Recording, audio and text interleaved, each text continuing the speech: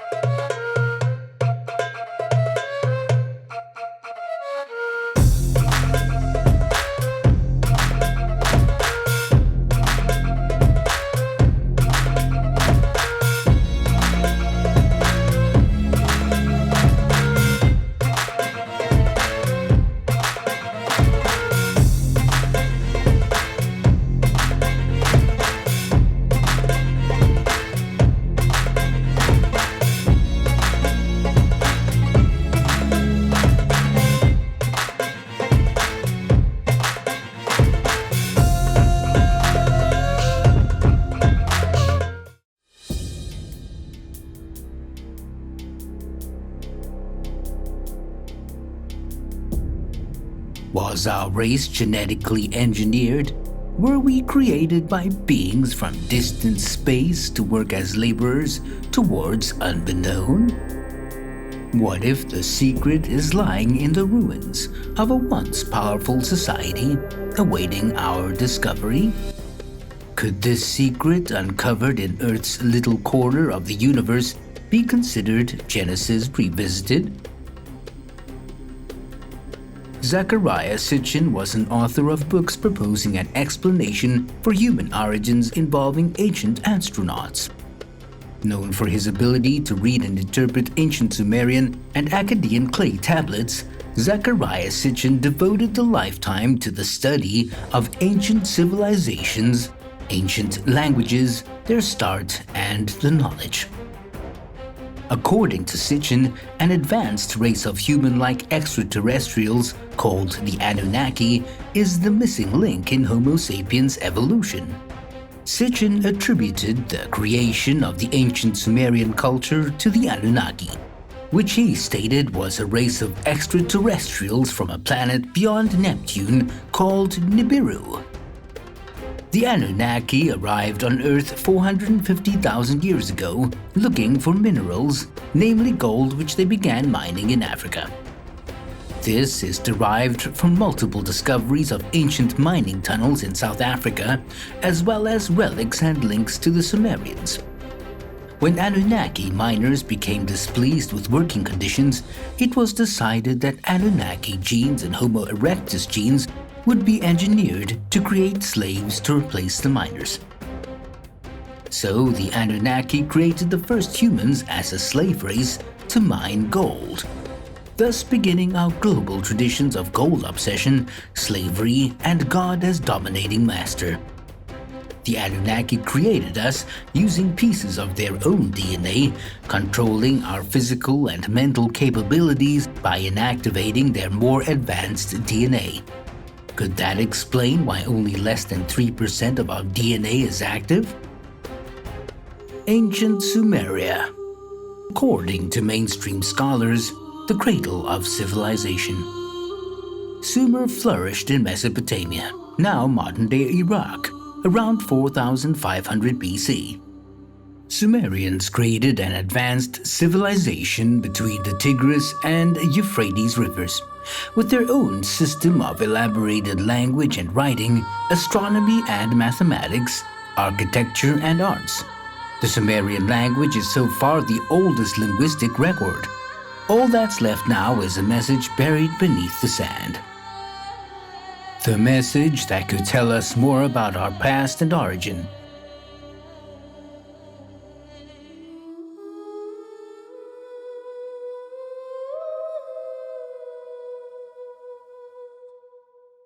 The Garden of Eden, also called Paradise, is the biblical Garden of God described in the book of Genesis. The location of Eden is described in the book of Genesis as the source of 4 tributaries. The book of Genesis clearly lists 4 rivers in association with the garden: Pishon, Gihon, Chiddekel, and Phirat. The Chiddekel is widely accepted as being the Tigris River, and the Phirat is identified as the Euphrates River, suggesting the location was in southern Mesopotamia, now known as Iraq. So, what is the connection between Sumer, the cradle of civilization, the Garden of Eden, and our origin? Archaeologists and scholars have been researching for centuries in this area of the world, hoping to prove the biblical stories of the Garden of Eden. The ziggurat of Ur, a massive 4,000-old temple pyramid and one of Iraq's most famous archaeological sites, is rising from the desert near Nasiriyah. It was a place of an ancient Sumerian city. In 1849, during excavations at the ancient cities of Sippar and Nippur, northwest of Ur, thousands of Sumerian cuneiforms were found. An English archaeologist, Sir Austin Henry Layard, discovered about 20,000 Sumerian and Akkadian tablets, and amongst all the tablets discovered, about a dozen of them were talking about the Garden of Eden. Anton Parks, Sumero-Akkadian researcher and author of 8 books regarding Sumerian translation, originated the theory that the Sumerian language is a coding system. He believes that for hundreds of years, we've been translating Sumerian tablets wrong. Jerry Zetlin, an American scientist from the University of California who worked on the SETI project for many years and collaborated with NASA, was very interested in the Sumerian translations. He provided Anton Parks with 10 tablets found at Sippar to check symbols one by one. Anton noticed the difference between existing translations, one translation saying one thing and the other saying something completely opposite. He was persistently researching on Hebrew, but nothing was coming out of it until, completely by chance, he came across a Sumero-Akkadian lexicon and finally, slowly started to translate the tablets. The result of Anton Parks' translation was a completely different version of the Garden of Eden than we've heard before. In biblical text, paradise is described as a heavenly, beautiful place on earth. This word comes from the Greek paradisos, translated the Persian paradisa, and this literally means enclosure for wild animals, not paradise, a term that was later transcribed as garden during the Hellenistic era. The original translation in the Sumerian tablet says, "The men who serve the gods work for them in the garden and are treated like animals." This is a very clear and repeated theme. They are slaves who serve the divine community. The Hebrew text says that the humans seemed happy in this so-called paradise, but the Sumerian cuneiforms describe a different kind of paradise that was in fact more like a concentration camp. According to Anton Parks, these 10 tablets tell the Sumerian version of how the Garden of Eden was created. Based on his translations, when the Sumerian gods arrived on Earth, they settled on the mountain in Mesopotamia in order to create a colony and be able to survive. Apparently, they suffered some sort of damage and ended up on this mountain because of a war. Many experts, including Parks, believe they came from the Pleiades star cluster. These gods are going to create new conditions for life to bloom, for their colony to thrive, according to Parks' translation. But who are these gods that hope to make Earth their home? Some of Sumerian epics, including the Epic of Atrahasis, are talking about that the Earth was actually administered by a conference of gods called Anunnaki. It wasn't just one god. What's interesting for our story is the relationship between 2 Sumerian gods, Enki and Enlil. Enlil is described as domineering, angry, dangerous entity that doesn't really care about humanity.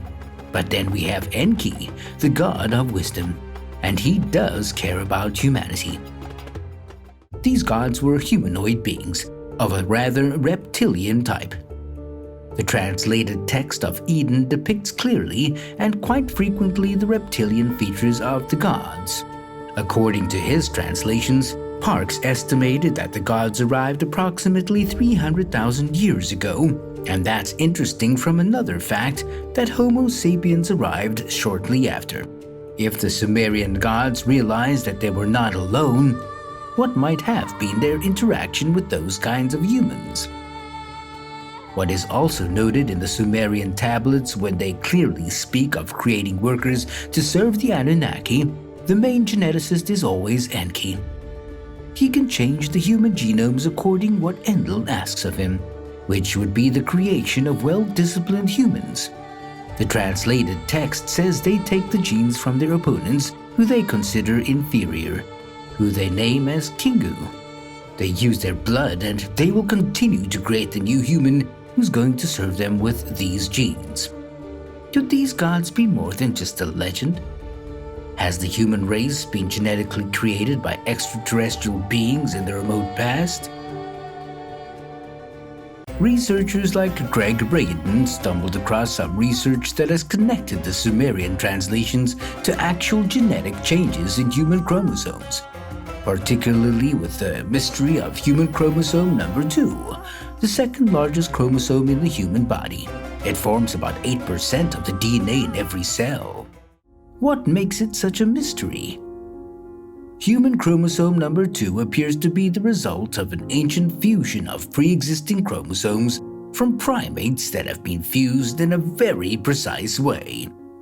And the fusion site has been modified and stabilized so that human chromosome number 2 is as optimized for us today. That process has happened in a way that cannot be explained by evolution as we know today. The question is, why is that important? It's important from the fact that human chromosome number 2 contains the genes that largely set us apart from all other forms of life. We've gained the ability for things like logic, compassion, empathy, sympathy, basically the things that make us particularly human. These abilities are possible because of what has happened with human chromosome number 2. Could the fusion of the chromosome number 2 be the work of a master genetic engineer, otherwise known as Enki from the Sumerian text? If so, his experiment changed the human genes to enlighten mankind. Is it possible that civilization made sudden, huge advances in development as a result of the Anunnaki's presence on Earth? Is it possible that the Garden of Eden was the beginning for not only the gods' reign on Earth, but also humans? Might the Sumerian ancient texts describing the Anunnaki be the proof of this controversial theory?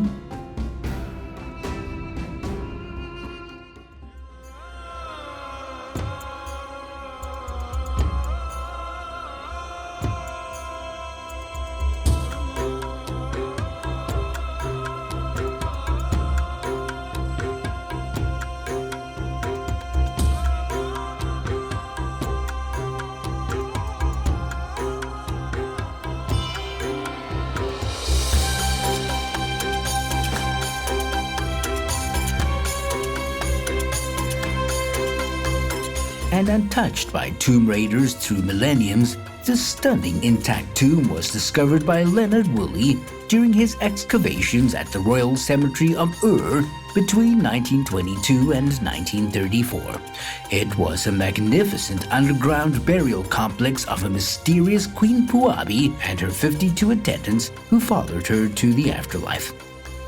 Queen Puabi died while in her 40s around 4,500 years ago during the first dynasty of Ur, and it was determined that she was a Nin, a Sumerian term which means goddess. Zechariah Sitchin was convinced that Queen Puabi is genetically related to the Anunnaki, and if that was true, then her mitochondrial DNA would be the evidence of the genetic engineering of humanity by Anunnaki scientists. His dying wish was that the skeleton of Queen Puabi would be tested by geneticists to determine if her mitochondrial DNA could be recovered and compared to normal human mitochondrial DNA. He suggested that the Anunnaki tinkered with our DNA to enhance our intelligence, but held back the full genetic potential of aliens' DNA. According to Sitchin, the ancient myths suggest that whoever created us deliberately held back from us a certain thing, genes, DNA or whatever, not to give us health, longevity, and the immortality that they had. So what was it? Sitchin wanted scientists to test the DNA from Queen Puabi's remains, just in case it holds the answer. Maybe by comparing her genome with ours, we would find out what are those missing genes that they deliberately did not give us, he said. He was risking his life's work on this outcome and also offered to fund the analysis from his family trust foundation. The Natural History Museum in London says that any request to conduct DNA tests on Puabi's remains would have to come from a researcher with recognized experience and skills in this field, or with access to the necessary facilities required to undertake ancient DNA analysis. To date, the museum has not received a request from a researcher with recognized experience and skills in this field, or with access to the necessary facilities required to undertake ancient DNA analysis. Even if his claim is being considered ridiculous, one has to wonder why the Natural History Museum in London didn't give way to such an investigation, either to show that the mainstream scholars are right concerning the Anunnaki, or to have a spectacular result in scientific research. Will we ever find the answer to these questions? Only time will tell. Many documented findings that have been excluded from mainstream and academic archaeology could potentially hide the secret of our origin.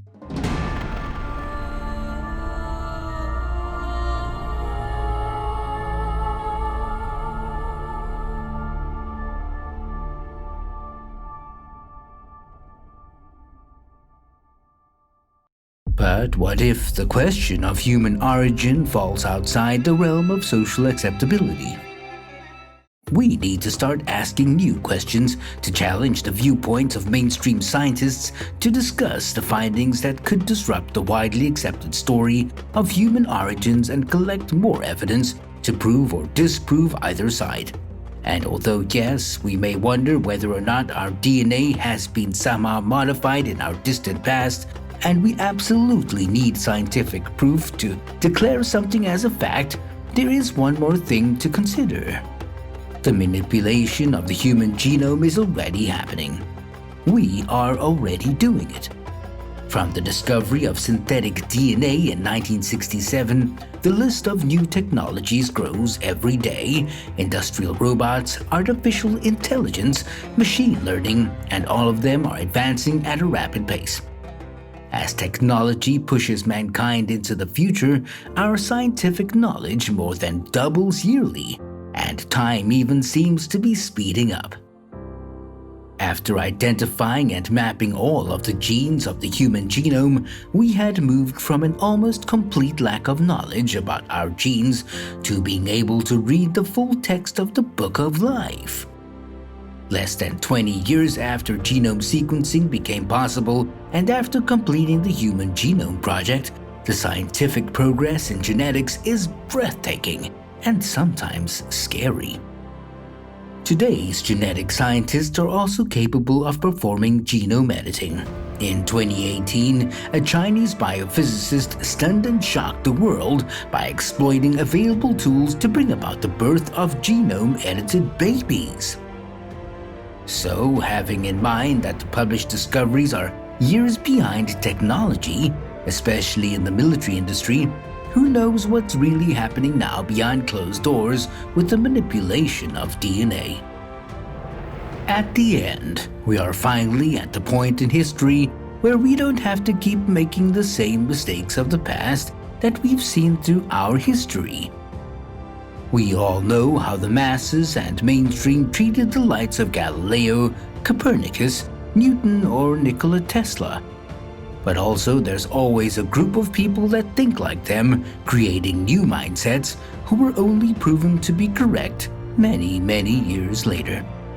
Are you one of them?